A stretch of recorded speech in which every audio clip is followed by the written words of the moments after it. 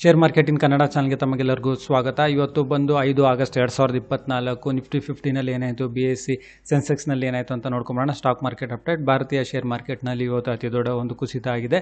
Nifty 50 ಇವತ್ತು close ಆಗಬೇಕಾದ್ರೆ ಸುಮಾರು 662.10 ಪಾಯಿಂಟ್ಸ್ಗಳಷ್ಟು ಇಳಿಕೆ ಆಗಿದೆ. ಅಂದರೆ ಹೆಚ್ಚು ಕಡಿಮೆ 2.68% ಇಳಿಕೆ ಆಗಿದೆ. ಅಂದರೆ ಕ್ಲೋಸ್ ಆಗಬೇಕಾದ್ರೆ ಸುಮಾರು 24,055.60 ಕ್ಲೋಸ್ ಆಗಿದೆ. ಇದು ಒಂದು ದೊಡ್ಡ ಕುಸಿತನೇ ಅಂತಲೇ ಹೇಳ್ಬೋದು ನಮ್ಮ ಶೇರ್ ಮಾರ್ಕೆಟ್ನಲ್ಲಿ. ಅದೇ ರೀತಿ BSE ಸೆನ್ಸೆಕ್ಸ್ ನೋಡೋದಾದರೆ ಸುಮಾರು 2,222.55 ಪಾಯಿಂಟ್ಸ್ಗಳಷ್ಟು ಇಳಿಕೆ ಆಗಿದೆ. ಅಂದರೆ 2.74% ಅಷ್ಟು ಇಳಿಕೆ ಆಗಿದೆ. ಅಂದರೆ ಕ್ಲೋಸ್ ಆಗಬೇಕಾದ್ರೆ ಸುಮಾರು 78,759.40 ಅಷ್ಟು ಕ್ಲೋಸ್ ಆಗಿದೆ. ಇದು ಏನಕ್ಕಾಯಿತು ಅಂತ ಹೇಳೋದಾದರೆ ಗ್ಲೋಬಲ್ ಕ್ಯೂಸ್, ಏನು ಗ್ಲೋಬಲ್ ಶೇರ್ ಮಾರ್ಕೆಟ್ಗಳಿಂದ ನಮ್ಮ ಶೇರ್ ಮಾರ್ಕೆಟಿಗೆ ಯಾವುದೇ ರೀತಿ ಇವತ್ತು ಸಪೋರ್ಟ್ ಇರಲ್ಲ. ಅದೇ ರೀತಿ ಅಮೆರಿಕ ಒಂದು ರಿಸೆಷನ್ಸಿಗೆ ಹೋಗುತ್ತೆ ಅನ್ನೋ ಒಂದು ಸುದ್ದಿನೂ ಹರಡಿದೆ. ಅದೇ ರೀತಿ ಜಾಬ್ ಡೇಟಾ ಅನ್ನೋದು ಹೊರಗಡೆ ಬಂದಿದೆ. ಅದೇ ರೀತಿ ಒಂದು ಮ್ಯಾನುಫ್ಯಾಕ್ಚರಿಂಗ್ನಲ್ಲಿ ಏನಿದು ಕೆಳಗಿಳಿದಿದೆ ಅದು. ಆಮೇಲೆ Indian stock market over valuations ಅಂತ ಇದ್ದಾರೆ.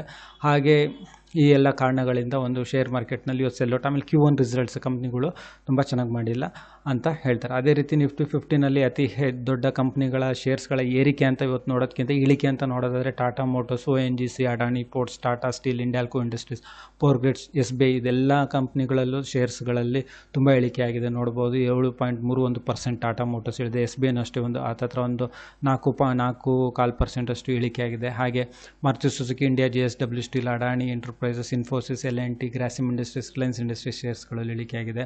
ಹಾಗೆ Bajaj Finserv, Wipro, Tech Mahindra, Coal India, Shriram Finance, DBS Laboratories, TCS ಶೇರ್ಸ್ಗಳಲ್ಲಿ ಇಳಿಕೆ ಆಗಿದೆ.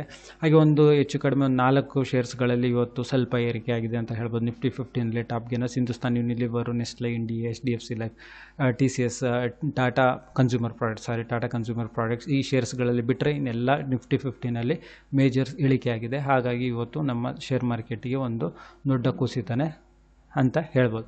ಅದೇ ರೀತಿ ನೋಡೋದಾದರೆ ನಾವು ಓಲಾದು ಏನಿದೆ IPO ಇದು 2ನೇ ಆಗಸ್ಟಿಗೆ ಓಪನ್ ಆಗಿತ್ತು. ಇದು ನಾಳೆ ಅಂದರೆ 6 ಆಗಸ್ಟಿಗೆ ಇದು ಕ್ಲೋಸ್ ಆಗುತ್ತೆ.